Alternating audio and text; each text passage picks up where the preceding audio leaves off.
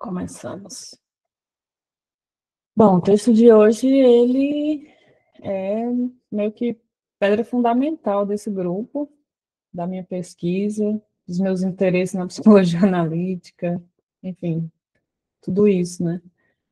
E deixa eu organizar direitinho aqui a tela. E é, ao mesmo tempo, um texto que pode gerar muitas discussões, muitas polêmicas. A minha experiência pessoal com ele é que a primeira vez que eu li eu achei muito complicado. Fiquei muito incomodada. Eu ainda não era muito afinada com a escrita que o Jung tem às vezes, de ser muito. Às vezes ele é muito irônico, às vezes ele é muito impiedoso. Eu acho que nesse texto ele é um pouco dos dois, mas mais para o lado do impiedoso. E também muitas coisas ou muitas formas de falar que eu acho que eu não tinha também, assim, a capacidade de pôr em perspectiva dentro da obra e também da posição do Jung enquanto um homem europeu do século passado, né? Acho que são coisas importantes para levar em consideração para ler esse texto com menos atrapalhos de afetos. Sem afetos nunca vai acontecer, mas sem esses atrapalhos talvez faça a gente perder algo do texto, né? Mas é um texto que é de 27, o texto da semana passada é de 25, né? Esse texto é de 27.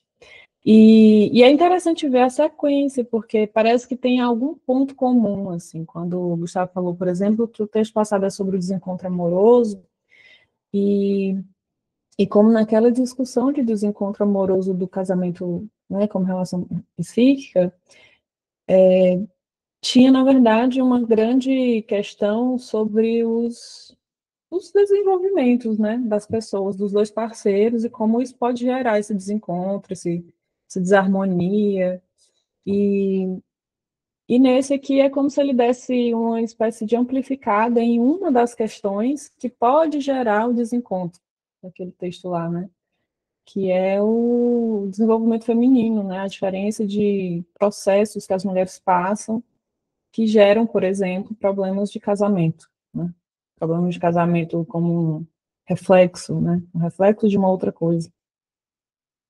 Eu acho muito interessante que ele comece o texto com um grande disclaimer, avisando que, assim, era para a gente estar falando sobre a Europa, mas já que está falando, era para eu estar falando sobre mulher, o que que um homem pode dizer da mulher que é o seu próprio contrário. E aí eu acho interessante esse ponto, porque reconhece, né? Reconhece que tem um lugar parcial para conseguir falar disso, por mais que ele seja alguma espécie de autoridade que escreve um texto para uma revista. E quando ele fala, será que dá para falar algo de autêntico sem interferência da programática sexual, sem ressentimento, sem ilusão, que não seja pura teoria? É um grande delineamento de limitação do que ele consegue falar. Ele consegue falar alguma coisa, mas vai ser a partir dessa perspectiva. E, e o Jung era muito consciente dessa, tanto que ele fala muito sobre isso na discussão sobre a equação pessoal, né, na produção de conhecimento, de quão limitado é o nosso ponto de vista. Mas, ao mesmo tempo, pensar nessa limitação como uma perspectiva parcial. Não se joga fora o que é limitado, mas se considera como parte, que precisa ser complementado por outras perspectivas. Ele pode falar algo, mas esse algo não é definitivo, não vai ser autêntico, talvez seja bastante influenciado pelos próprios preconceitos. É um reconhecimento importante, né? E uma outra coisa também é de reconhecer que, já nessa posição que ele está, enquanto um homem, falar de mulher é falar da própria sombra. Falar da própria sombra enquanto homem e o risco de confundir falar de sombra quando acha que está falando de mulher. Esse é um outro ponto que eu acho muito interessante ele reconhecer logo no começo do texto. Vamos situar, né? Vamos situar aqui quem está falando. Outra coisa interessante que eu acho de ele situar é de que mulher ele está falando. Quando ele fala de mulher europeia, ele está falando de uma cultura europeia e de uma parcela da mulher europeia, não a totalidade da mulher europeia. Para falar das diferenças entre as mulheres dos grandes centros para o interior e como, de fato, isso representa algum tipo de diferença de psicologia. Uma diferença de psicologia que ele vai falar muito nesse tom de mais evoluído ou menos evoluído historicamente. Né? Ele faz muita associação das mulheres ou das pessoas do interior dos países com a Idade Média, com um desenvolvimento psicológico referente a uma etapa anterior da história, que não é o presente, e como se o presente só fosse vivido nas grandes cidades, né? E aí esse recorte de mulher também falar de não estou falando de todas as mulheres. O problema que eu quero falar aqui, que eu quero abordar aqui, é de uma parcela muito pequena. Ele até fala que quando fala de mulher é de uma minoria, mas nesse sentido que ele fala no texto, não é nem da minoria social, né? É de uma minoria no sentido numérico mesmo, conseguindo ressaltar o número muito, muito pequeno de mulheres que de fato vão representar o problema do presente. Essa coisa de ele estar falando de uma cultura europeia, eu achei bem importante, porque alguns momentos que eu acho que eu tenho muitos desconfortos com esse texto tem a ver com isso também, de ele estar falando com uma certa naturalidade a partir dos próprios preconceitos, e eu não identificar tanto mais essa visão no que eu vejo hoje. E aí eu pensar, bom, isso aqui era a visão dele naquele momento, naquela Europa, né? Aquelas mulheres, naquele contexto. Inclusive, em algum ponto do texto, ele até dá uma dica de que de fato pode ser isso, porque ele fala sobre o homem que não sei se era um exemplo que ele estava dando, era de um homem que estava meio que desenvolvendo alguma coisa feminina e ele não podia fazer isso sem perdas. E ele dá o exemplo de um chinês, a não ser que ele fosse chinês. E aí dá essa dica de que talvez em outra cultura essa ideia de homem e de mulher seja diferente do que ele está falando. Então ele está de fato muito enraizado. Uhum. O homem ser babá, o professor de maternal, justamente esse exemplo que ele dá, ele fala, a não ser que ele fosse chinês, né? E que faz parte também de uma discussão que ele também faz no começo, de situar a Europa. Ele se situa como homem, depois ele situa a Europa.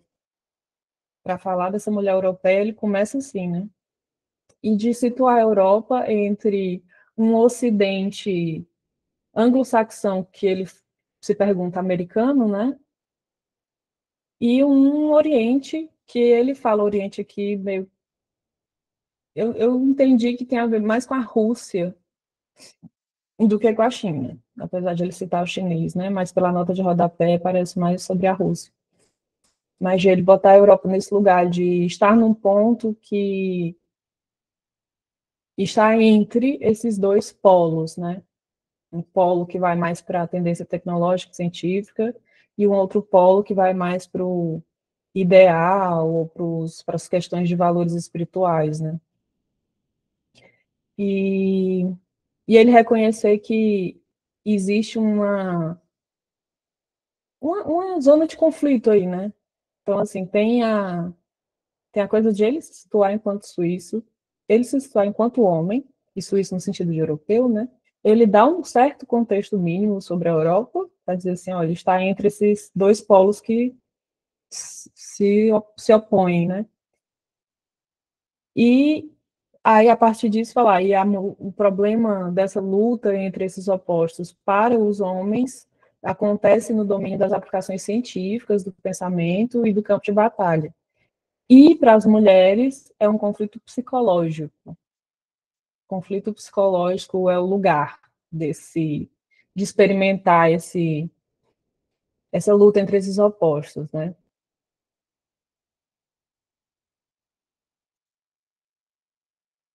Eu estou olhando aqui o texto para pegar coisas que Eu meio que estou passando pelo texto na sequência, viu, gente? Inclusive, fiquem à vontade para ir acompanhando parágrafo a parágrafo.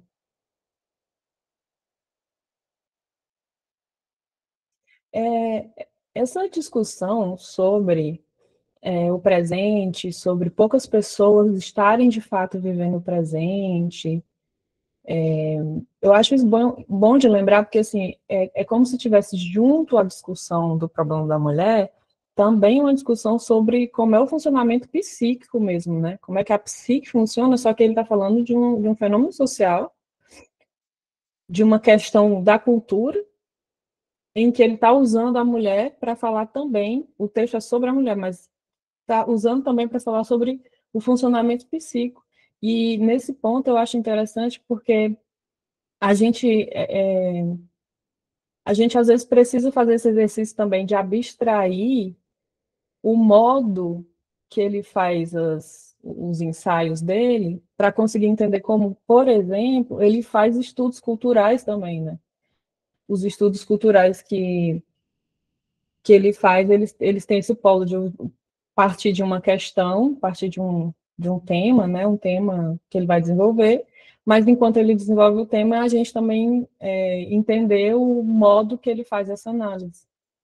Isso é uma coisa que eu acho interessante para a gente lembrar da relação de uma psicologia, que é uma psicologia que é muito associada à clínica, né, que é a nossa, para uma leitura social também, né, social, cultural.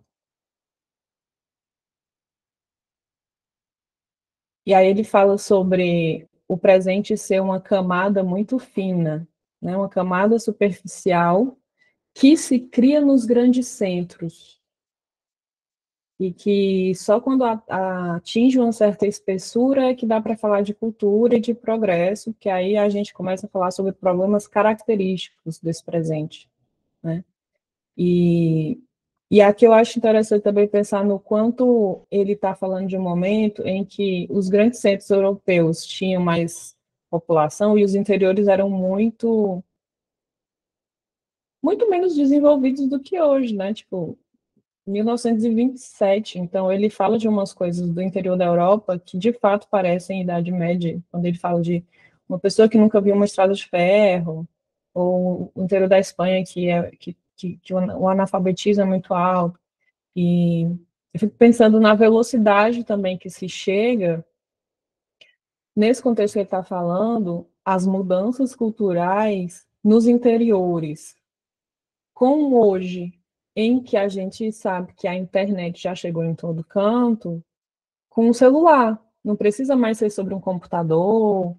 O celular com 3G que faz a internet chegar em praticamente qualquer canto. É ainda mais difícil que se acesse essas coisas quando se vão mais para os interiores dos estados, por exemplo, mas já não é mais tão inacessível quanto na altura no tempo que ele está falando, né?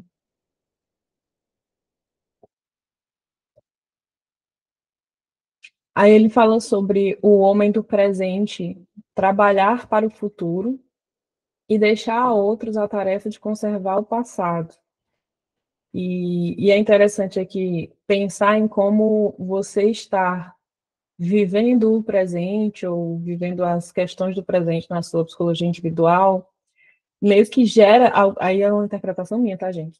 Gera uma espécie de responsabilidade sua com o presente e com o futuro. Se você tem esse nível de consciência que ele está chamando de estar no presente, né, viver as questões contemporâneas, você meio que não pode, não é mais escolhido, não é mais facultativo você voltar, recuar diante disso, recuar para um passado, né? Seria um movimento regressivo muito prejudicial e, ao mesmo tempo, ter algum tipo de responsabilidade para com o futuro, você se comprometer de alguma maneira. A Rose falou aqui que ama essa imagem do presente, da consciência como uma camada fina e como a cultura decorre da consolidação ou cristalização dessa camada. Muitos ecos com a função transcendente. Ninguém quer comentar sobre esses ecos da função transcendente? O texto. o próprio texto de função transcendente mesmo. Exato. O que você estava falando agora sobre o tipo, o homem do presente, ele meio que precisar levar em consideração o futuro, como também sendo essa atitude de um fortalecimento da consciência. E, tipo assim, é esse movimento que vai consolidando cultura ao longo do tempo. Tipo assim, é também um ponto que é muito significativa, eu acho, que tem lá no Função Transcendente também. Então, tipo assim, essas duas coisas me chamaram a atenção, né? Que esse texto do Função Transcendente, eu gosto muito dele. Então, por isso. Uhum. É um texto muito bom mesmo. Esse ponto dessa espécie de compromisso de responsabilidade com o presente e com o futuro é um ponto que ele traz aqui no começo e que, de uma certa forma, lá no final do texto, ele vai trazer de novo, porque ele vai falar sobre a grande tarefa que a mulher tem ser essa tarefa de uma transformação cultural, né? Uma tarefa muito grande, inclusive, uma tarefa de conseguir mais ou menos encarnar e entender o que está se processando enquanto transformação da cultura, e uma transformação cultural que meio que tem a ver com os processos da natureza, da compensação mesmo, o que ela está conseguindo representar enquanto uma compensação que geraria essa transformação. Então, aqui no começo ele já traz isso, assim, de, bom, não, quem avança, quem tem avanço de consciência não consegue desavançar, e ainda tem um compromisso, assim, de se manter atual, minimamente, né, de não recuar, não regredir.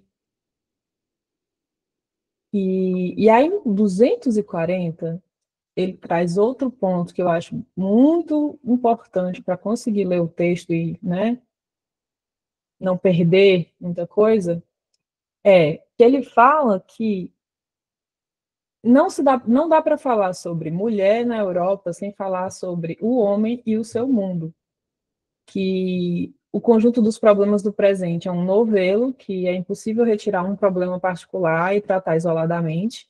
E eu já acho essa uma perspectiva muito interessante, porque, assim, entender primeiro que a psicologia, tá, no nosso caso especialmente, né, que é psicologia complexa, a psicologia que a gente escolheu, ela está amaldiçoada a lidar sempre com os fenômenos em um sistema, em um corpo, em um novelo, não tem como falar isoladamente. E tratar esses fenômenos isoladamente seria de fato problemático e tem muito mais a ver com outras abordagens científicas, né, com outras formas de abordar as coisas. Então, tem esse ponto aí de não tem como a gente tirar uma coisa do seu contexto e tentar entendê-la sem o contexto. E aí, para falar de mulher, não tem como não abordar também o homem e o seu mundo. Se a mulher for casada, geralmente dependerá economicamente do marido. Se for solteira e autossuficiente, dona de sua vida, exercerá uma função previamente designada pelo homem. E se não tiver disposta a sacrificar toda a sua vida erótica, ele de novo às voltas com uma relação essencial com o homem. Então é inescapável, né? Não tem como falar de um oposto sem falar do outro, sem acabar se remetendo ao outro. Mas, além disso, não só falando de opostos, falar também de uma cultura absolutamente desenvolvida por e para homens. Né? A Esterhard, ela vai falar lá no Começo da Mulher que é como se um primeiro nível de desenvolvimento feminino pudesse ser chamado de animal-like, em que a mulher ela tem todo um referencial a partir da cultura que tem a ver com o que os homens pensam de mulheres. O que a cultura patriarcal tem como feminino e como mulher como referência. Então, ela acaba se relacionando com isso não como um referencial feminino, de fato feminino direto, mas como um referencial de ânima, né? O feminino do homem sendo essa representado, né, na ânima. Então, o referencial é de ânima. E a mulher como com essa relação em que o desenvolvimento, pelo menos no sentido de uma persona, de uma atitude externa, ser muito influenciado por isso, né? Rosa. é como se essa dinâmica não fosse exatamente de, tipo assim, não é necessariamente um reflexo, mas é a partir como se fosse da refração dessa imagem da ânima do homem, que, tipo assim, que gera esse primeiro movimento de possível conscientização, né? Então, assim, não é um reconhecimento interno ou endógeno nesse momento, por assim dizer, sabe? Tipo, retração, por isso, né? Uhum. Reflexo parece uma coisa menos distorcida, né? Exato, parece que é uma coisa que é mais direta também, nesse caso não parece que é tanto, uma coisa que é meio que assim, por triangulação, quase, né, nesse estado. Uhum. Esse texto da Esterragem é muito bom, leiam. É, né? Podia ser traduzido. Ai, meu Deus, ainda não foi, que droga. Desculpa. Ninguém lembra da Pão. O Davi lembrou da Marilyn Monroe, e eu acho que esse é um exemplo meio que icônico, assim, né? Que ela traz, mas dá para a gente pensar em muitas figuras, né? Inclusive atuais, assim, de uma, uma imagem feminina que se constitui a partir da fantasia masculina, ou da fantasia masculina que a mulher acha que é, né? Que a mulher acha que é aquela fantasia, ou que ela entende que seria aquela fantasia. Então, assim, são muitas interferências até chegar aí.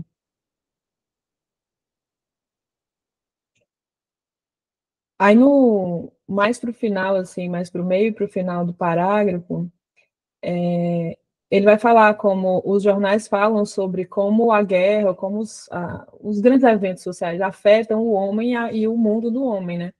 E do ponto de vista político, econômico e espiritual, a mulher não é um fator de importância visível. Se fosse, teria mais lugar no campo visual do homem e poderia considerar sua rival.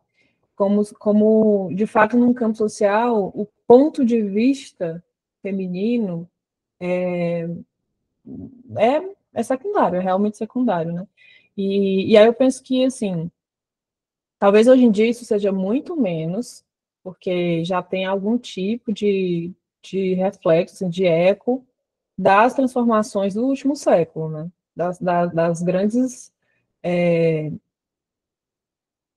não vou falar rebeliões, né? Mas algumas micro-revoluções aí que já geram algum tipo de. Oi, amigo. Não, eu achei interessante ele usar esse termo que a mulher se torna invisível, né? Ela não é visível. Eu achei bacana, que lembra muito até aquela discussão sobre o trabalho doméstico, né? Uhum, Discussões marxistas. Acho que a Silvia Federic fala, né? Sobre uhum, a invisibilidade do trabalho doméstico. Acho que é interessante ele usar esse termo de visibilidade e invisibilidade, né? Para essa questão do lugar político da mulher, né? uhum. Falou da Sofia Federici, eu lembrei que naquele eu postei no Substack umas notas do capítulo da Woman in the Mirror, né? E nesse capítulo ela vai fazer um grande panorama sócio-histórico, cultural da época, para falar tanto do contexto, assim, do horizonte sócio-histórico do Jung, mas também do panorama da filosofia e da ciência da época. E aí, quando ela vai falar sobre isso, ela fala que estava em curso o processo de desenvolvimento do capitalismo pós-Idade Média, né? Industrialização, liberalismo. E esse processo de constituição desse sistema econômico fez essa separação, uma separação que antes não existia, porque na Idade Média, das ildas, o ambiente familiar era misturado com o trabalho, com a produção, era tudo em família. E com essa separação, a esfera pública e do trabalho e do mercado ficou para o homem e a privada para a mulher. E tudo que era associado à esfera privada foi considerado meio que anacrônico para o sistema econômico e desvalorizado. É como se tudo que era relacionado à esfera familiar não tivesse nada a ver com o mercado e não tivesse nenhum tipo de valorização pelo mercado. Então, é uma espécie de conflito que também pode ser criado ou também pode ser lido, né? A partir dessa visão mais do sistema econômico, que vai desvalorizar completamente tudo que é associado a familiar, materno, feminino, enfim, cuidados, né? Cuidado, e que é uma coisa que, se você para pensar, é o fundamental da vida. É o que realmente. É sobre isso, né? É o que realmente importa no fim das contas. O resto é meio que perfumaria. Só que se investe essa lógica, e aí, se você consegue. Computador piscando aqui. Se você consegue fazer essa separação e ainda uma desvalorização, você bota isso como uma coisa que tem que ser dada, oferecida, sem nenhuma troca, sem nenhuma retribuição, né? Enfim, inclusive tem um ponto aqui que ele fala no meio desse parágrafo, que é sobre a mulher estar no lado íntimo do homem, e lá ele apenas sente e não tem olhos, ou não quer ver. Então, a mulher botada nesse lugar de uma dimensão ali. Só que, assim, uma dimensão que existe, uma dimensão que tem sua importância e suas ocorrências, mas que vai ter esse plano secundário, né? A Aurora comentou, historicamente, naquela época, em muitos países europeus, ela fazia parte da bagagem e dos pertences do homem, quando era casado. Pois é, né? Era propriedade, né? Era propriedade do homem.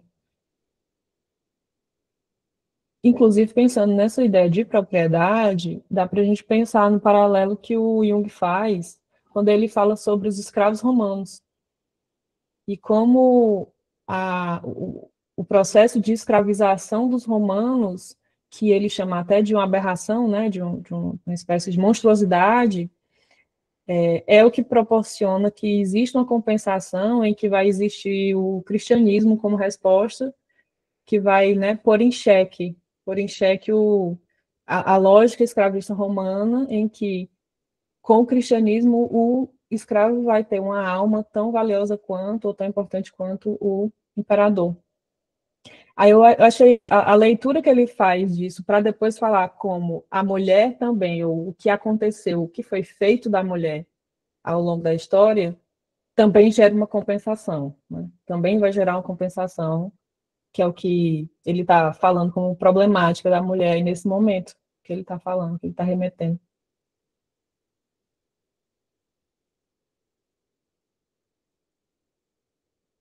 Ah, tem outro ponto que eu acho bem importante nesse parágrafo também, que é o 240, né? Que ele fala sobre o homem ter essa postura de botar a mulher nesse lugar de invisibilidade, de a mulher parecer uma máscara impenetrável, por trás da qual pode se conjurar tudo que há de possível e impossível, não só se conjurar, mas se acreditar ver, sem contudo tocar o essencial. Tem um meme daquele Artes Depressão, que eu acho muito engraçado, que é um meme sobre romantismo, que é um casal, um cara meio que cortejando uma mulher, e ele falando assim, que criatura misteriosa, o que será que se passa com ela? O que será que ela sente? O que será que ela quer? E, em contrapartida, enquanto ele pergunta uma coisa ou outra, ela está tentando falar.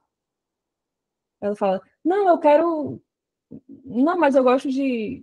Não, mas eu acho. Só que ele não deixa ela falar e fica. Mas que criatura misteriosa. E é um meme do romantismo, eu achei muito engraçado. Porque tem uma postura do homem que produz essa situação, né?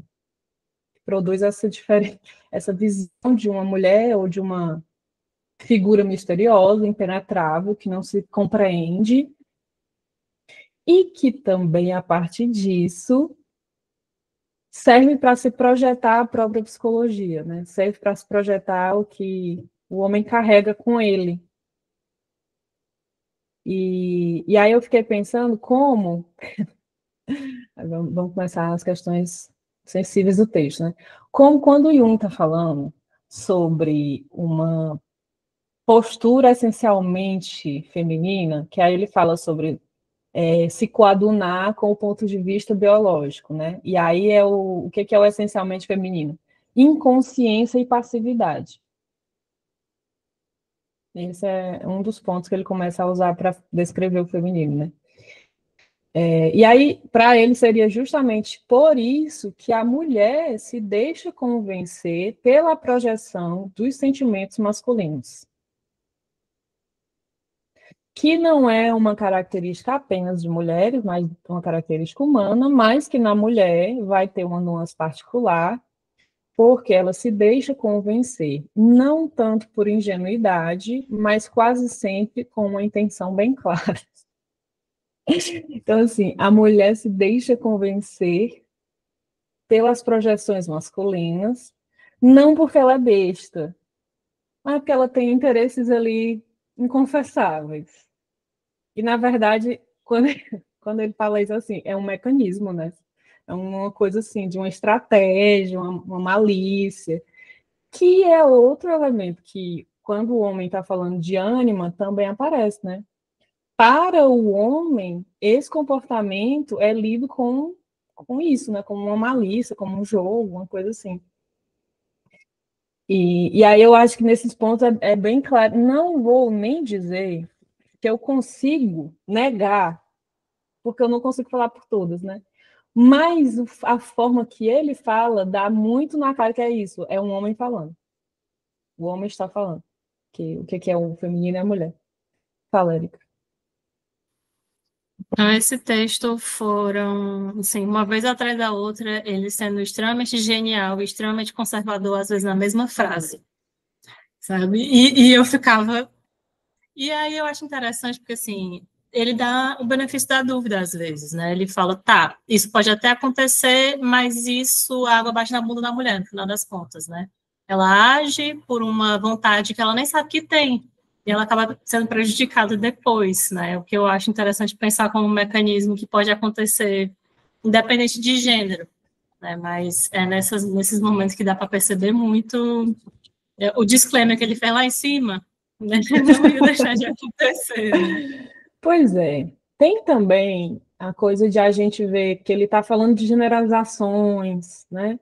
Ele está partindo de abstrações, que também tá hora vai sempre assim correr esse risco, né?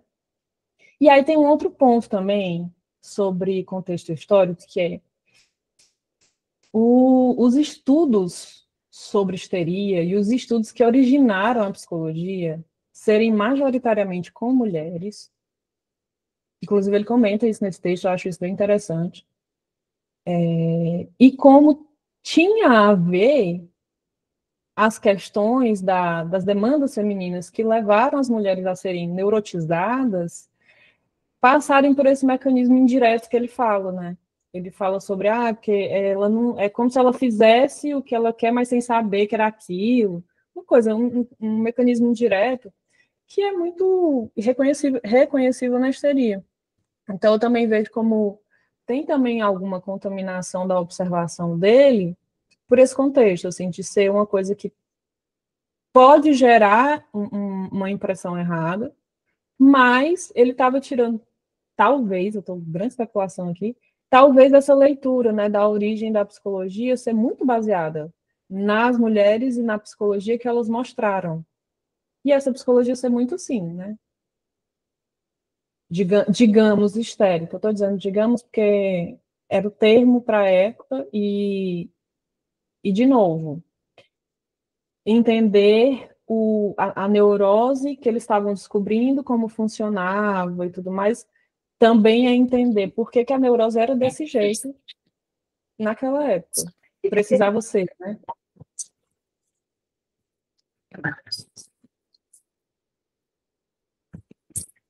Carla, você quer falar?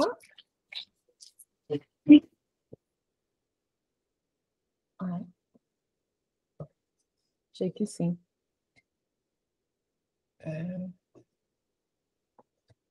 Bom, tá, então, continuando, quando ele fala sobre essa coisa ser própria da natureza feminina e tal, eu acho que tem esse ponto, assim, de, bom, não sei o quanto dá para a gente negar em absoluto, mas também acho que vale a gente lembrar desse contexto em que ele estava, né? Contexto em que as mulheres eram as mais estudadas, se estudava muito a histeria, se estudava muito esses mecanismos que, no fim das contas, eram muito reflexos de todo um condicionamento cultural.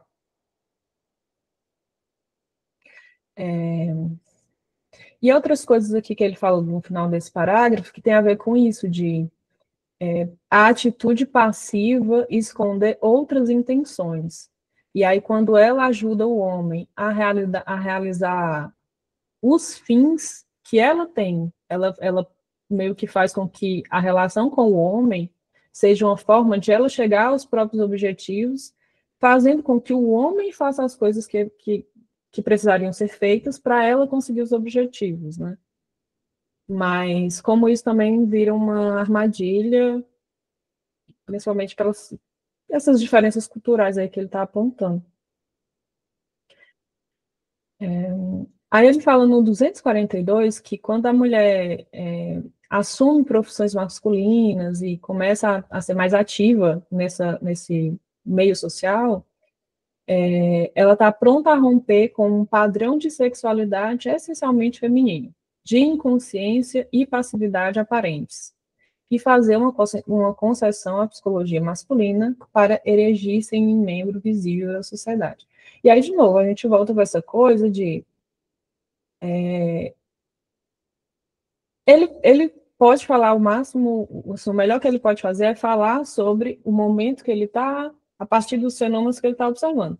Mas, voltando, inclusive, a uma referência da Claire Douglas, né, do livro que eu falei, do Woman in the Mirror, como essa visão de mulher é uma visão também de um condicionamento cultural. E aí, a Claire Douglas vai até falar sobre essa imagem de mulher ser uma imagem que é influenciada por essa cultura, mas que, se a gente fosse pensar no que estava acontecendo culturalmente e aí a gente só consegue fazer isso, né, sentido histórico, retroativamente, a mulher ser fruto de uma cultura de estufa, em que vão ser incentivadas certas qualidades e vão ser desincentivadas outras. Algumas propensões, algumas disposições, elas vão ser valorizadas de acordo com o que é valorizado na época pelos homens, que são os dominantes, né, hegemonicamente, e que potencialidades vão ser desvalorizadas e muitas vezes ativamente desincentivadas, né? Então, o retrato que a gente tem é um retrato disso, não é um retrato da natureza feminina, mas um retrato desse condicionamento.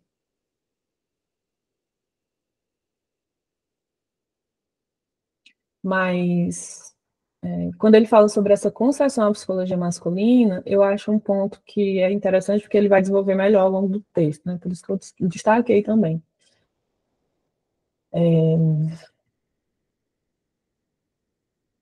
No 243, ele vai falar assim: a mulher, ao abraçar uma profissão masculina, ao estudar e trabalhar como homem, passa a fazer algo que, no mínimo, não corresponde à sua natureza feminina, podendo mesmo ser prejudicial. Esse é um ponto que, como eu falei no começo, né? É a hora que a gente precisa lembrar de que cultura ele está falando. E aí ele mesmo dá uma dica sobre isso, né? Ele está falando de um recorte específico, e dentro desse recorte específico, talvez faça sentido que ele ponha dessa maneira, né? E por que eu estou defendendo aqui, passando para o Jung? Mas por que eu estou fazendo isso? Porque ao mesmo tempo que ele fala isso, e aí como a Erika fala, né, tem umas horas que ele é assim, você fica, puta que pariu, Jung. E outras horas aí fica, ok, genial. Ao mesmo tempo que ele fala isso, ele vai também falar sobre ambos termos elementos masculinos e femininos. Então, volta para aquela ideia de, no nível humano, né, ou no nível da imagem de humano, a imagem completa é com as duas coisas. Então, uma ideia de esse nível mais profundo, psíquico, o fato de terem esses dois elementos é o que possibilita também que se vá de um polo a outro, né? Ou que uma mulher assuma mais qualidades femininas, ou ceda mais à psique masculina. e vice-versa, que o homem também consiga vivenciar essa coisa que ele está chamando de feminina aí, né? Aí, é aqui que ele, inclusive, cita o exemplo do chinês, né? Está fazendo algo que dificilmente seria possível a um homem, a menos que fosse um chinês, por exemplo. Será que ele seria uma boa babá ou uma professora de escola maternal? Ou seja, tem uma concessão aqui que em outra cultura isso é possível. Em outra cultura vão ter outras visões, né? É característico da mulher ser capaz de fazer tudo por amor a uma pessoa, mas as mulheres que se entregam a trabalhos importantes por amor a uma coisa são raras exceções, pois isso não se coaduna com sua natureza. O amor pelas coisas é prerrogativa masculina. Então, aqui, mulher é amor pelas pessoas e homem é amor pelas coisas, né? Mas, como o ser humano reúne esses elementos masculinos e femininos, pode acontecer que um homem viva a parte feminina e uma mulher a parte masculina. No homem, o elemento feminino fica relegado ao plano de fundo, acontecendo o mesmo com o elemento masculino na mulher. Quando se vive o que é próprio do sexo oposto, vive-se, em suma, no plano de fundo, com prejuízo do primeiro plano, que é o essencial. O homem deveria viver como homem e a mulher como mulher. Aí esse ponto aqui é um que eu acho que vale, né, a gente pensar um pouco. Primeiro que quando ele fala assim, o homem deveria viver como homem e a mulher como mulher, a minha primeira coisa que eu pensei é, o que é isso? O que isso quer dizer? O que isso quer dizer exatamente, né? Eu pergunto assim, é mais pela minha reação, mas se a gente for fazer um estudo sério, é descobrir no Jung o que é que ele chama de homem e de mulher, o que é que cada um tem que ser, né? Mas não só isso. Eu acho que esse ponto dá para a gente pensar um pouco sobre a psicologia analítica mesmo, assim, a proposta dela, né?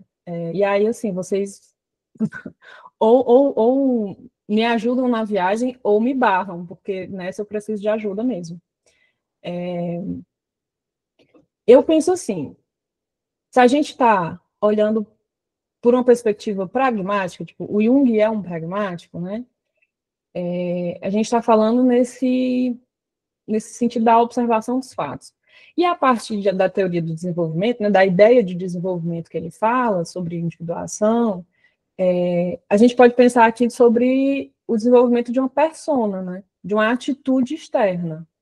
O homem ser homem, a mulher ser mulher, e você viver o que é do sexo oposto, talvez passar por aí, passar por uma ideia de, enquanto homem e mulher, você precisar desenvolver uma atitude externa no seu contexto, no contexto do qual você faz parte, e nesse desenvolvimento de uma atitude externa, você vai estar lidando com essas representações coletivas de masculino e de feminino, e que você viver o sexo oposto seria você viver num plano de fundo, né, numa coisa que seria secundária, que seria o plano de fundo, porque de fato, né, quando ele vai falar de ânimos, é sobre uma camada do inconsciente, é sobre uma relação com o inconsciente. Mas viver nesse outro é um prejuízo para o primeiro plano, porque esse primeiro plano teria a ver com uma atitude externa, né, de persona, né? E a persona enquanto esse recorte da consciência coletiva, em que você precisa participar da coletividade, em que você não tem como viver fora de uma relação com os objetos externos, né?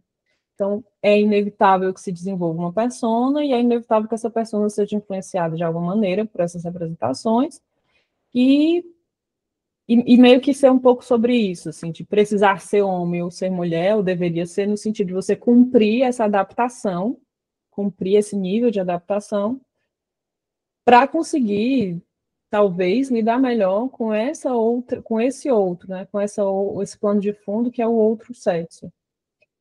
Eu acho essa discussão muito complicada, porque eu não consigo olhar para o texto do Jung sem as minhas referências já sobre discussões de gênero, ao mesmo tempo que eu tenho que reconhecer que ele não fala sobre gênero do jeito que a gente fala, né? Então, eu acho que isso gera mesmo essa minha dificuldade. Deixa eu ver o que o Eric falou aqui. Eric, você quer falar? Você prefere falar no microfone? Tem uma nuance que ele vai trabalhar naquele texto, determinantes psicológicos do comportamento humano, no parágrafo 248, já vem com um lugar, né, para a gente ir direto. Diferentes dos fatores dinâmicos são as modalidades de funções psíquicas que influenciam o comportamento humano em outros sentidos. Menciono, antes de tudo, o sexo, as disposições hereditárias e a idade. Boa. Inclusive, o Heráclito comentou sobre isso, falando desse texto. Estes 3 fatores são considerados primeiramente como dados fisiológicos, mas são também fatores psicológicos, na medida em que estão sujeitos à psiquificação, como os instintos. A masculinidade anatômica, por exemplo, está longe de provar a masculinidade psíquica do indivíduo. Da mesma forma, a idade psicológica nem sempre corresponde à idade fisiológica. E no que se refere às disposições hereditárias, o fator determinante da raça ou família pode ter sido reprimido por uma superestrutura psicológica. Muita coisa que é interpretada como hereditariedade em sentido estrito é antes uma espécie de contágio psíquico, que consiste em uma adaptação da psique infantil ao inconsciente dos pais. Boa lembrança, Eric. Muito boa lembrança. O Heráclito tem uma live sobre o conceito de mulher na obra de Jung, alguma coisa assim, que ele vai falar desse texto, e ele comenta isso, de a gente também entender que, como determinantes, a gente vai ter esses dados, né? Esses dados psicofisiológicos, né? Eles são fisiológicos, mas eles são psiquificados. E que isso também influencia na experiência, né? Influencia, né, como determinante. Então, assim como a psicologia da criança é uma psicologia diferente da do adulto, uma psicologia determinada por esses fatos biológicos que seriam de sexo também vai mostrar diferenças, né? Érica. O negócio é que, assim, eu estava lembrando que vocês tinham falado no outro grupo sobre essa questão do determinante fisiológico ser não negar o corpo, né? E quando ele está falando disso, ele de fato não está negando o corpo. Mas o conteúdo que teria isso, né? O que seria exatamente ser mulher e o que seria exatamente ser homem é o meu problema nesse texto, né? Quando ele vai. Mas, novamente, é muito circunscrito para a imagem de masculinidade e feminilidade da época. Hoje em dia, tudo isso soa muito estranho para a gente, né? Não faz mais sentido. Pois é, né? Tanto que é isso uma das coisas que fez eu achar muito interessante a discussão no grupo sobre ocitocina, né? Que no grupo passado a gente até comentou, o Eric trouxe aquela história da pessoa que estava passando por um processo hormonal, né? E como isso trazia diferenças, como trazia uma experiência diferente. E talvez ter uma coisa que seja culturalmente atribuído, no sentido de esses efeitos que o hormônio causa serem atribuídos a uma feminilidade, mas, ao mesmo tempo, algum nível disso não ser dissociado, tipo assim, não ser cultural, não ser só cultural, ser, de fato, algum nível ali de uma objetividade ali, da coisa fisiológica, e que também não tem como dizer que não é passado por uma cultura quando você nomeia aquilo. Aí a gente nomeia com uma certa qualidade, tá? É um nível que eu acho difícil, mas ao mesmo tempo não dá para escapar muito, eu acho. Né? É melhor não escapar muito. Eu, pelo menos, acho que é melhor não escapar, né? Algumas pessoas vão preferir escapar, mas, enfim, cada um com seus interesses. Mas isso volta, então, também para essa coisa das características naturalmente femininas ou masculinas, quando ele fala, por exemplo, da mulher ter esse mecanismo de realizar as coisas de forma indireta, né? De ela ter essa forma de agir que não é direta e tal. E que quando ela passa a ter, no sentido de tornar mais consciente os objetivos, para parar de agir dessa forma indireta, isso ser uma concessão à masculinidade. Isso ser fruto de uma concessão à psique masculina, à masculinidade que ela carrega, né? E como isso também é uma questão... Eu estou lembrando de minha amiga Gessiane, que sempre levanta essa pauta, que é quando mulheres intelectuais são chamadas de animosas. Elas são mulheres intelectuais, mas elas são chamadas de animosas, porque é o ânimo, a intelectualidade da mulher é o ânimo, né? E o quanto isso também pode ser uma forma de descredibilizar o que é feminino, ou a forma feminina de fazer a coisa. Não é a mulher que é intelectual, ela é animosa. E ânimos, ou animoso, nas literaturas que a gente estuda, a gente já viu que vai ter sempre um tomzinho negativo. Vai ter sempre uma valorizaçãozinha negativa, né? Então, é um dos pontos que eu fico assim, para refletir sobre o quanto é essencial, natural, essas coisas, e quando se tem avanço, tem um avanço assim, né? Quando supostamente existe um avanço psicológico em que a mulher consegue ter esse desenvolvimento de ser mais objetiva, de conseguir ser mais consciente dos próprios objetivos, para ser menos histérica, aí isso é uma concessão ao masculino. Tem uma lógica interna na teoria, eu acho que tem muito sentido ele falar desse jeito. Mas, ao mesmo tempo, né, um fundinho, assim, das visões culturais, né. Esse texto é um texto muito interessante também, porque ele vai conceituar, não é bem conceituar, né, mas ele vai dar uma definição de masculinidade. Ele vai falar que masculinidade é você saber o que quer e como alcançar, né. E isso é a masculinidade, quando ele fala de masculinidade que a mulher adquiriu, que a mulher conseguiu acessar. E de como isso é um valor, a mulher experimenta isso como um valor e não abre mais mão disso. De fato, ser um avanço no sentido psicológico e de um avanço que tira a mulher desse lugar, que é muito desfavorecido quando ele fala sobre essa passividade, essa instintividade, e essa forma indireta de atuar, ele está dando conta aí de uma visão cultural de uma época, mas também dá esse fundo, né, esse fundo de valor que é uma posição desfavorecida, realmente.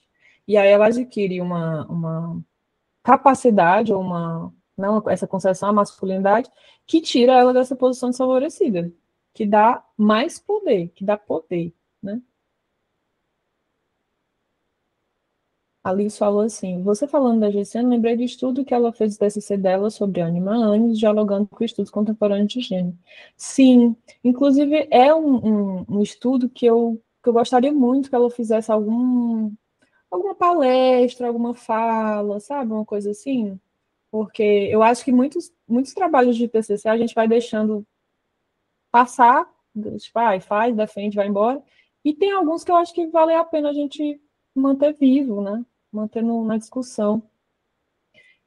Aquela coisa também, TCC, eu tô falando isso, mas de repente, pensando em mim mesma, de repente a pessoa olha para o próprio trabalho e pensa assim, eu era outra pessoa naquele momento, tem tanta coisa para melhorar, e tal. Eu também acredito nisso, mas eu acho interessante, assim, que ela quisesse, né, publicizar um pouco, assim.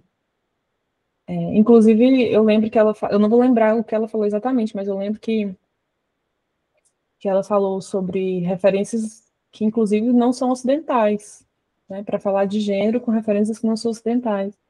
E o quanto eu acho que, de fato, é uma ampliação da visão, trazer esses estudos que hoje são um pouco mais populares, né?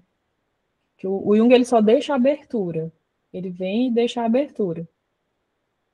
Mas a gente, né, que tem que fazer o trabalho.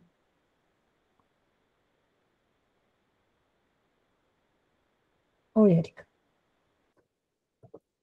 Você falando da conquista dessa masculinidade, né, do descobrir o que quer e saber como ir atrás de fazer isso, né? Eu acho que esse é uma das viradas no texto que o Jung é extremamente lúcido, ao mesmo tempo que ele tem essa visão que eu senti como conservadora em relação a essas posições, né?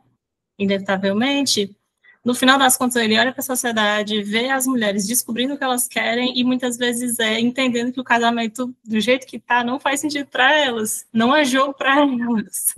Uma sociedade inteira percebendo isso, uma multidão de mulheres percebendo isso. E achei ele bem... Ele não tira o direito delas, né? Elas estão no direito delas, não faz muito sentido mesmo, não. Essa é uma postura que a Mary Anthony, que faz aquele livro sobre as mulheres na vida do Jung, tem um livro, porque tem também os estudos biográficos, históricos, paralelos aos textos teóricos, né? E aí a Mary Anthony é uma delas que escreve um livro que chama As Mulheres na Vida de Jung, que tem 2 edições, e ela muda muito de uma edição para outra, porque ela acrescenta coisas. Na primeira edição, ela chama As Mulheres na Vida de Jung, na segunda, ela chama Salomé, eu esqueci o nome, gente, mas ela acrescentou, né? Ela reeditou. E aí ela tem um capítulo que chama Jung, o Animus Mundi. E aí ela vai falar nesse capítulo como Jung tinha essa postura de ser um grande incentivador, interlocutor das mulheres em torno dele. Que ele tinha uma personalidade de homem machista da época, realmente, que ele tinha os valores dele, que ele recaía nisso, mas enquanto ele era assim, ele também era a pessoa que olhava para as mulheres e falava, faz, vai lá, essa ideia é boa, desenvolve. E como interlocutor também, de conversar, de discutir as ideias com as mulheres para elas conseguirem, né, evoluir os trabalhos, e não só trabalhos intelectuais, né, mas assim, empreendimentos femininos. Ele era essa figura aqui. E que ele ser essa figura era um grande diferencial para as mulheres que estavam perto dele, como se ter uma figura masculina assim fosse uma coisa muito... fosse de fato um diferencial dessas mulheres para outras mulheres da mesma época, de outros contextos. O fato de ter este parceiro masculino que fez com que essas mulheres conseguissem fazer os empreendimentos delas, enquanto que em outros contextos as mulheres não tinham esse mesmo incentivo ou esse mesmo lugar de parceria. Porque aí também uma coisa de ver as mulheres enquanto essas pessoas que também se individuam, né? Também passam um processo de individuação, tem desenvolvimento psicológico, né? Justamente, Bianca, e assim, raro, né? Raro, uma representação de masculino positivo. Então, é um capítulo muito interessante, inclusive, eu recomendo a todo mundo, que é um reconhecimento, né? Que ele tinha as suas opiniões dele, ele esbofeteou a secretária dele, né? Derrubou ela no tapa e coisas do tipo, né? E ao mesmo tempo era essa figura. Que eu fico pensando também o quanto tem algo sobre não subestimar. Até nos próprios preconceitos, tipo assim, não aprincesar as pessoas que estão na frente dele. E isso é uma coisa que é uma discussão que eu acho que tem até um pouco a ver com o texto também, que é adquirir essa masculinidade, né, esse desenvolvimento de consciência com o contato com a masculinidade, tirar a mulher dessas posições, também é tirar a mulher de posições secundárias que têm ganhos secundários. Você reconhecer que tem ganhos secundários em você cumprir um papel conservador. Por isso que eu falei de aprincesamento, né? É que tem umas discussões, às vezes, assim, feministas, que vão falar sobre isso, de as mulheres precisarem entender também que quando elas assumem uma postura mais autônoma, mais autodeterminada, elas não vão mais também poder esperar que os comportamentos românticos, por exemplo, permaneçam num nível de princesa, né? Um nível de donzela, ou coisa do tipo. Que parece óbvio quando a gente está discutindo nesse nível aqui do debate intelectual, mas quando vai ali na experiência íntima das pessoas, a gente descobre que a gente sustenta, assim, né? Algumas expectativas, algumas imagens. Na verdade, a gente quase sempre só descobre nessas horas. Oi, Rose.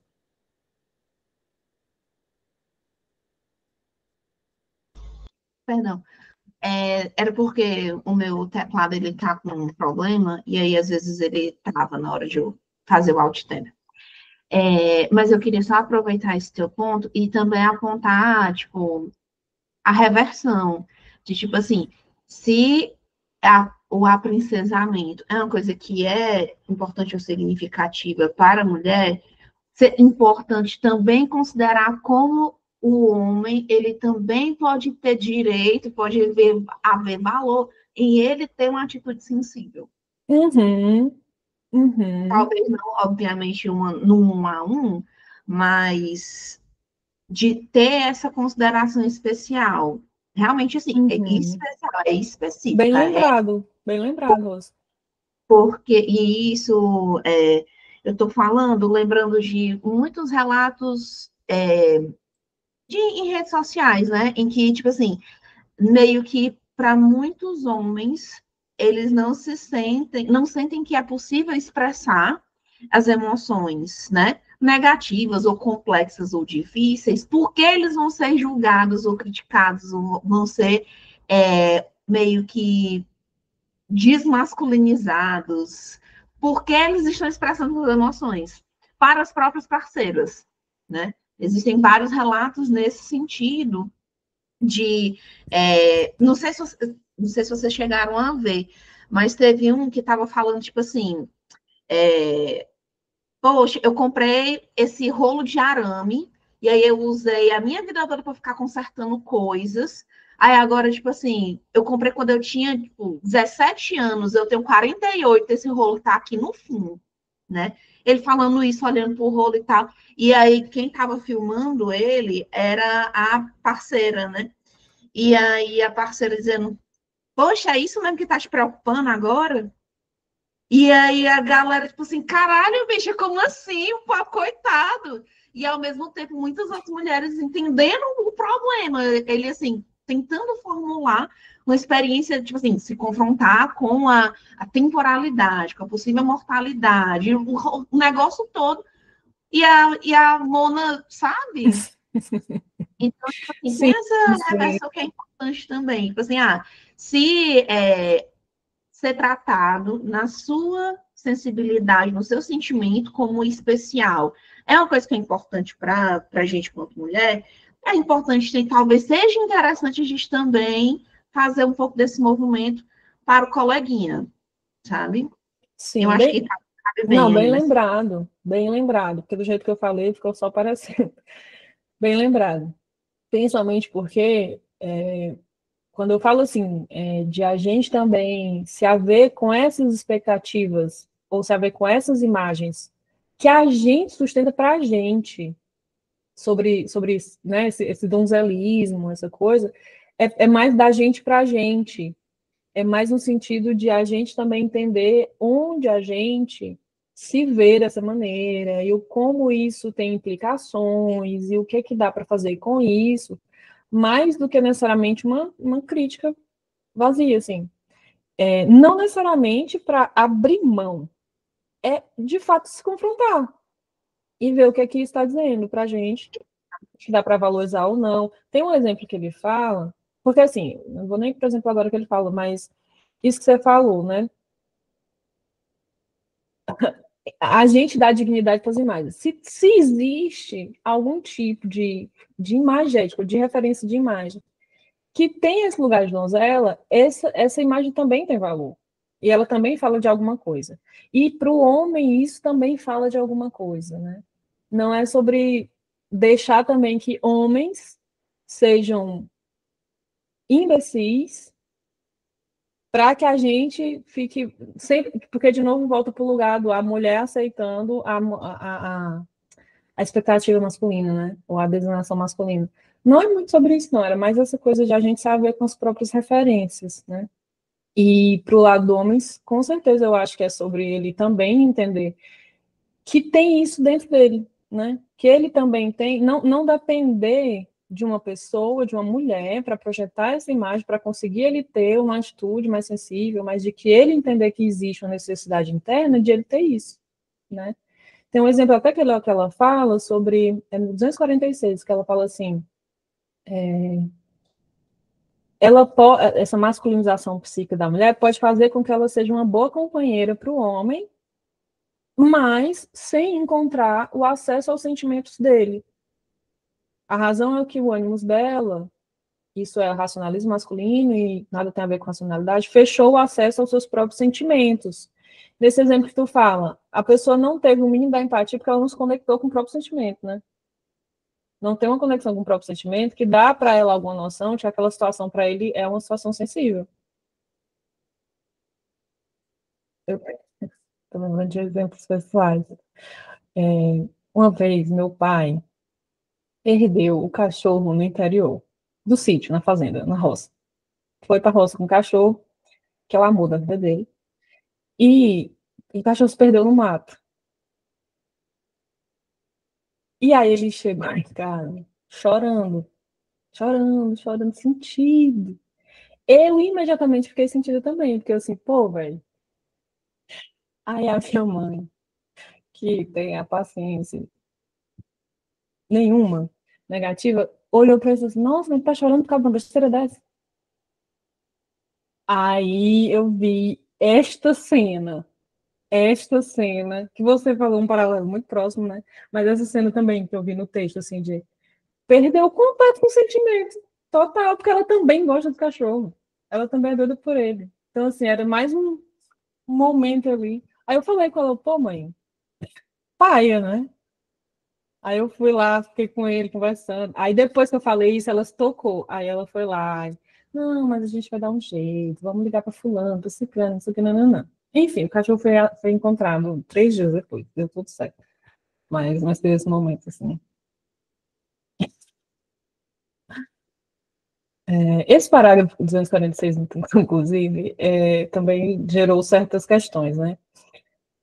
Ele fala assim, a mulher que, né, passou por essa masculinização, ela pode perder esse acesso aos próprios sentimentos, pode ficar frígida, como defesa contra o tipo sexual masculino que corresponde ao seu tipo intelectual masculino, mas se a reação de defesa falhar, pode aparecer no lugar da sexualidade disponível da mulher uma forma de sexualidade agressiva e exigente própria do homem.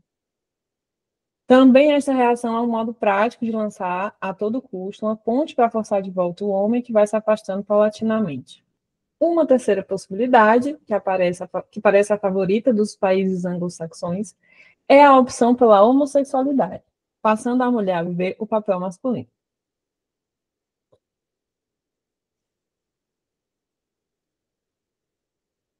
E aí, gente, comentários?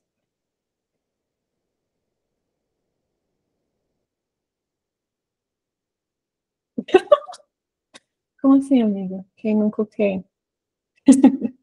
Optou pela homossexualidade, amiga. Então, né? Ah, esse negócio tá muito trabalhoso, não tô tancando mais, tá um custo muito alto, né? Assim, é meio que assim, né? E outra, ele tem uma coisa, né, com a homossexualidade dos países anglo-saxões, né? Primeiro que é nos países anglo-saxões, que isso tá virando moda, aparentemente, na época dele, né, Eric?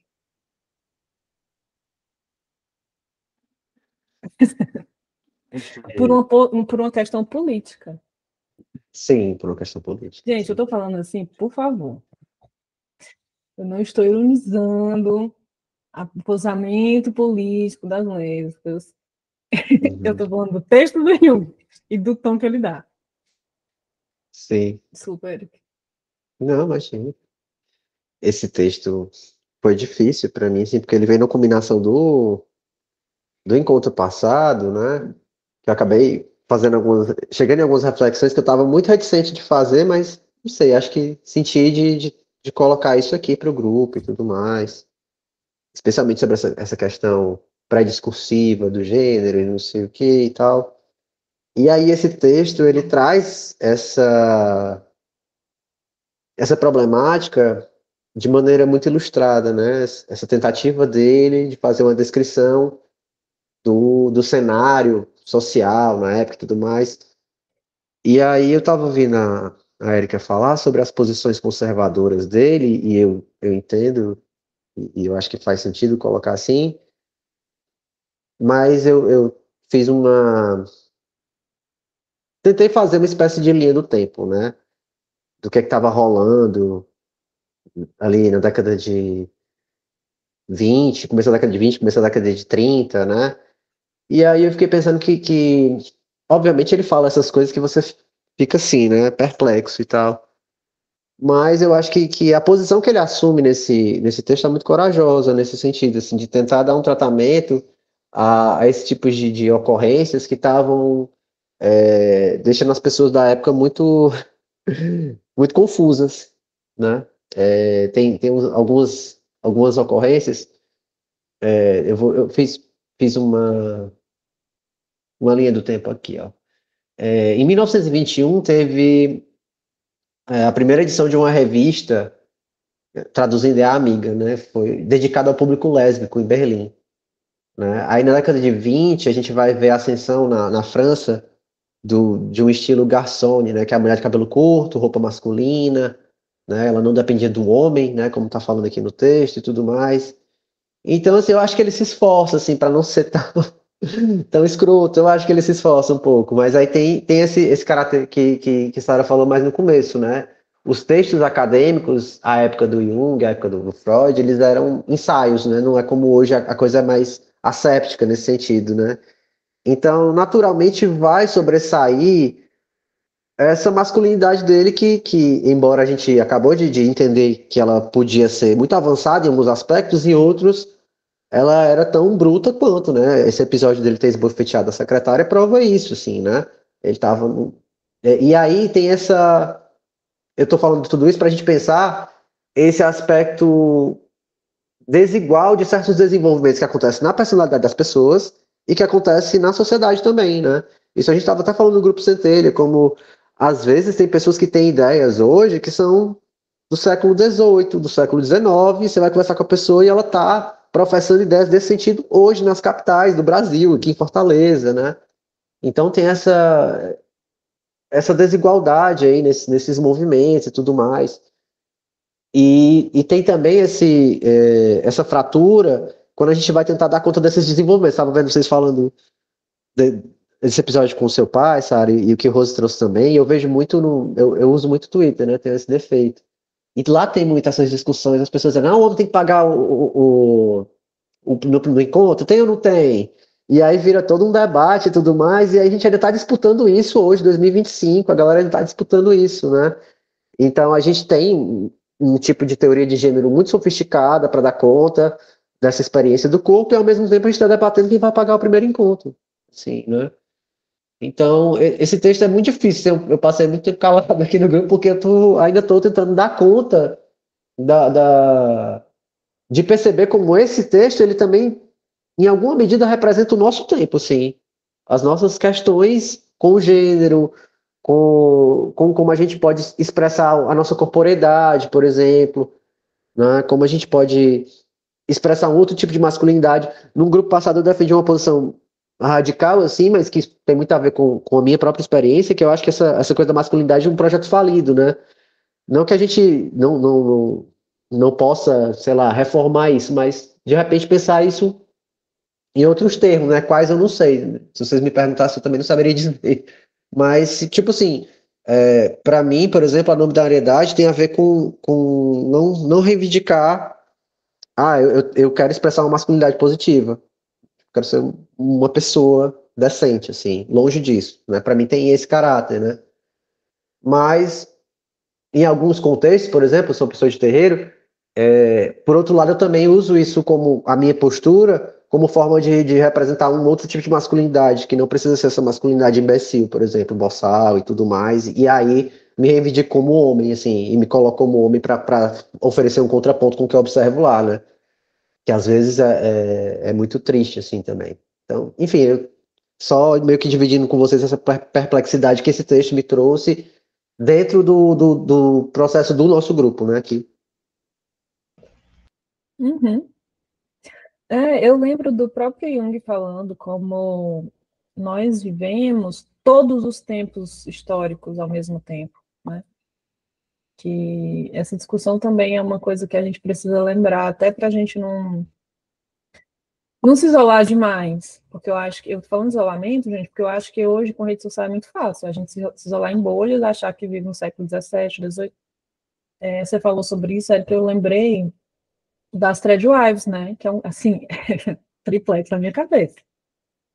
E eu tenho algumas hipóteses que são só hipóteses, porque depende de muito estudo e tal, mas eu fico pensando o quanto esse movimento ele fala não apenas de uma regressão, de uma atitude retrógrada no presente, como ele aponta para algumas valorizações de coisas que de fato são importantes se valorizarem. Só que sim, de jeitos que eu não concordo, mas, por exemplo, primeiro que a visão de que os desenvolvimentos feministas geraram mais acúmulo de função e de demanda do que necessariamente uma mudança cultural em que o homem também pode se haver com a sua própria masculinidade, né? Então, assim, a ideia de que esses avanços trouxeram mais esforço, mais trabalho, mais sobrecarga para as mulheres, é uma das coisas, é um dos pontos, né, que se vê.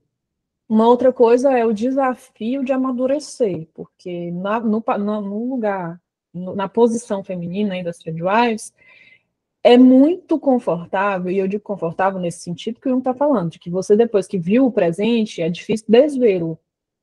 É muito confortável você abrir mão de assumir para si esse papel masculino, ou essa masculinidade psíquica da mulher, e ficar na posição de fato da mãe, que vai ficar em casa, dos cuidados maternos familiares, enquanto uma outra pessoa faz o papel mais social, mais do meio social cultural, do trabalho de provedor. E, além disso, tem um fundamento de valores para algumas pessoas que seguem isso, que é a valorização da família não é só uma valorização da família, é uma valorização do relacionamento pessoal. Para as pessoas que têm que vivem isso dessa forma, para muitas delas, né? O valor do relacionamento pessoal com aqueles familiares é de fato muito importante. E é um valor subjetivo mesmo, assim, de a relação com a esposa ser muito importante, porque o homem consegue, sim, com aquela esposa, desenvolver esse lado mais sentimental, com aqueles filhos. Então, assim, como eu digo, é de uma forma que eu não concordo muito, mas, ao mesmo tempo, está apontando para alguns valores que talvez fossem dignos a gente observar. Eu falo isso tanto de um ponto de vista de pesquisa externa, né, como do contato que eu tenho com algumas pessoas que são assim, que de primeiro momento eu ficava assim, não é possível. Essa pessoa que eu conheço a vida inteira, que eu amo, que eu acompanho, que eu sei que é inteligente, né? É assim. E aí, conversando com essa pessoa, mesmo um a um, eu fico, caramba, tem coisas aí. Tem coisas aí. Enfim, Érica.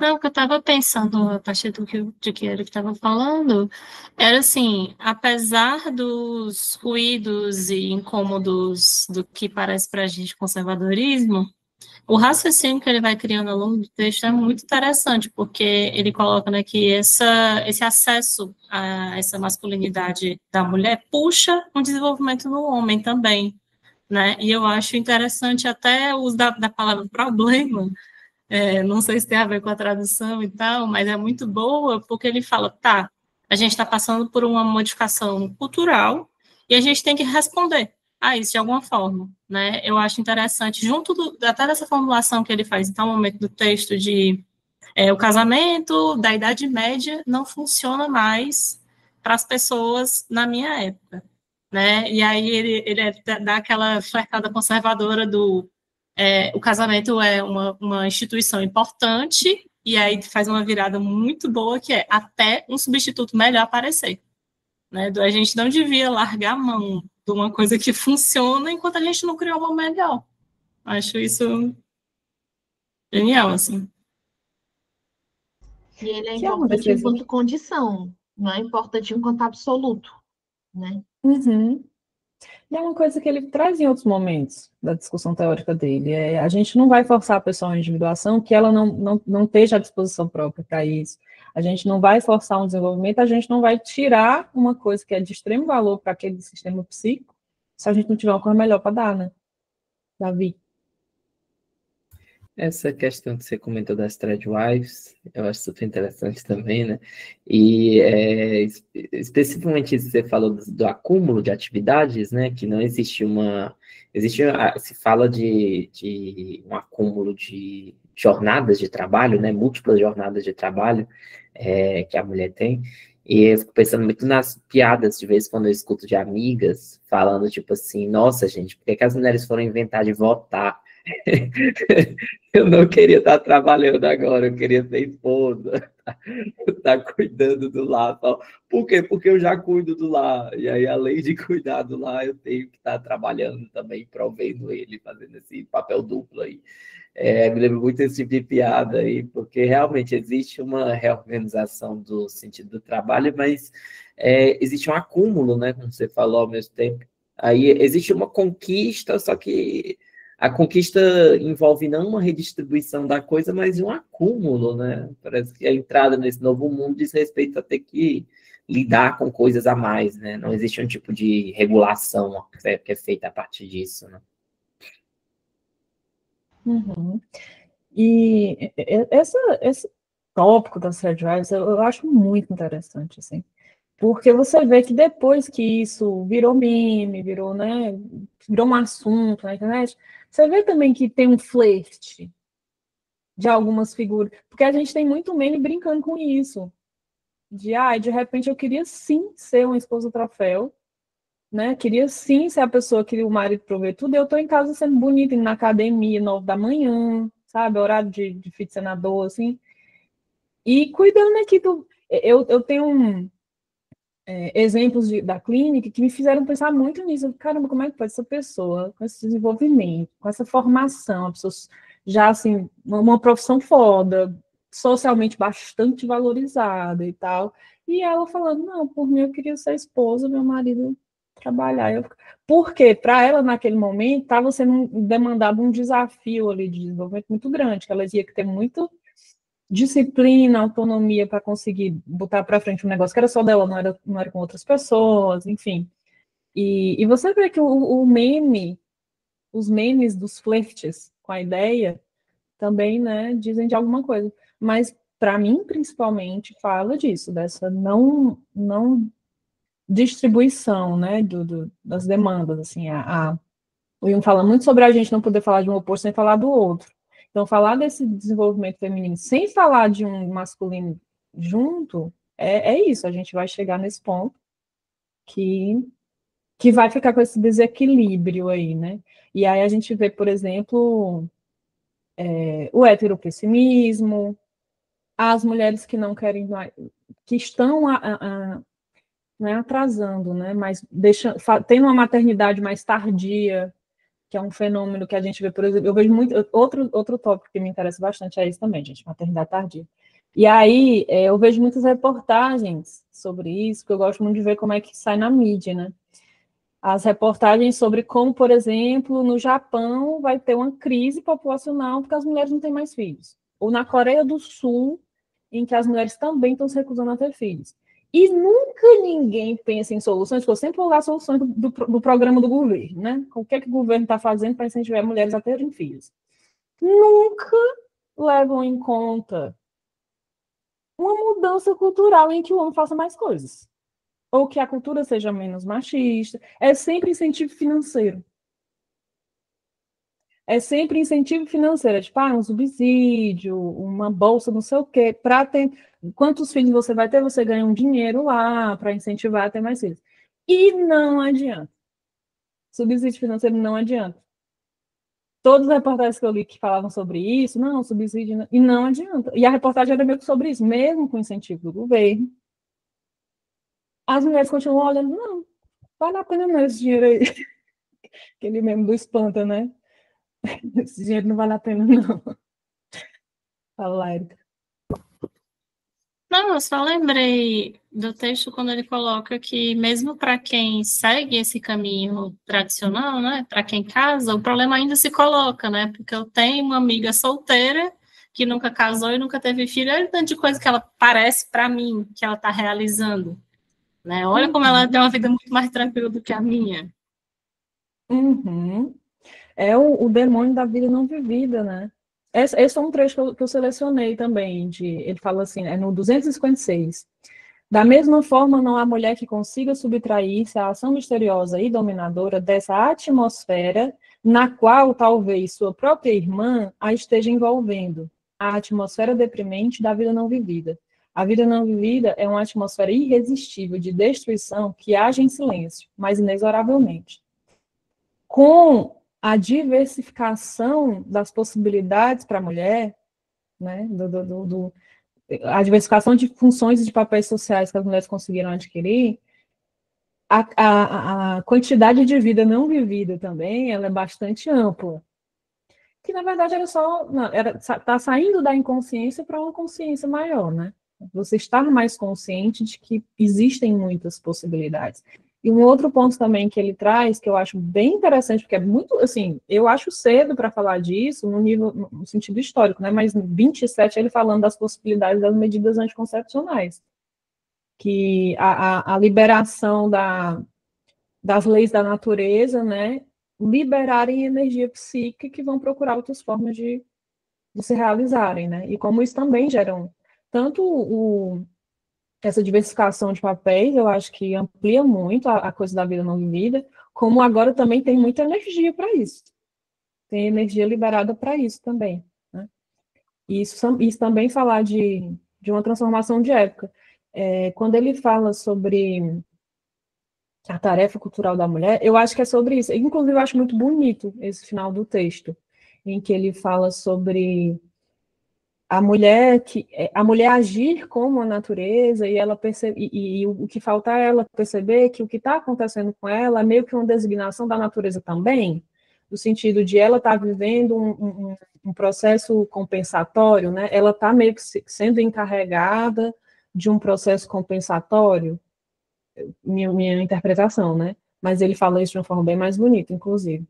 Mas entender que ela está num processo de transformação histórica, ela ser uma figura que está sendo designada psicamente para promover ou para viver, né? Para realizar de alguma forma essa transformação histórica. Eric. Para te perguntar, Sara, se você pretende continuar esse texto, tem algumas outras coisas que ainda dá para falar sobre ele, ou se a gente vai passar para o próximo, no próximo encontro, porque tem muita coisa ainda que dá para puxar. Então, não sei. Eu estava pensando em encerrar hoje, mas ao mesmo tempo são coisas, né? Eu acho que vale a pena falar mais um pouco dele. Inclusive, vocês podem trazer mais coisas, né? Porque eu estou seguindo bem o texto mesmo, assim, eu tô quase que indo corrido, porque para mim é muito interessante fazer assim. Mas a gente pode. Assim, nós estamos parando no 254, mais ou menos. Eu estou fazendo uma medida meio arbitrária aqui, né?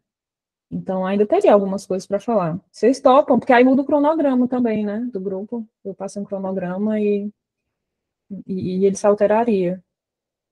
O que vocês acham? Tem Eu acho que ainda tem poucas. muita coisa para tirar, assim, eu toparia continuar com ele. Beleza, beleza. Então a gente pode continuar com ele semana que vem. Eu acho que pode render sim. E aí vocês vão pensando aí durante a semana mais coisas para complementar, porque eu acho que também, como eu fiquei muito no texto, eu acho que aquela parte que a gente gosta de discutir mais associando a coisas da cultura, da experiência da gente mesmo, não rolou tanto hoje, né?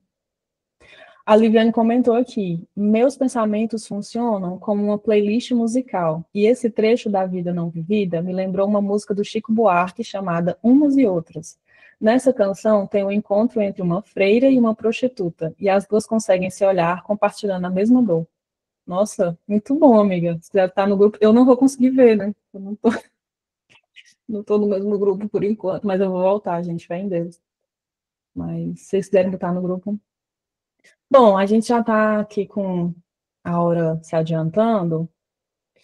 Erickson ainda está levantada. Não sei se você já falou, se você quer falar de novo. Era só ficou. Ah, beleza. Bom, então a gente pode encerrar por aqui para continuar semana que vem. Beleza? Muito obrigada, gente. Obrigada. Beijos, até Tchau, tchau, gente. Bom dia.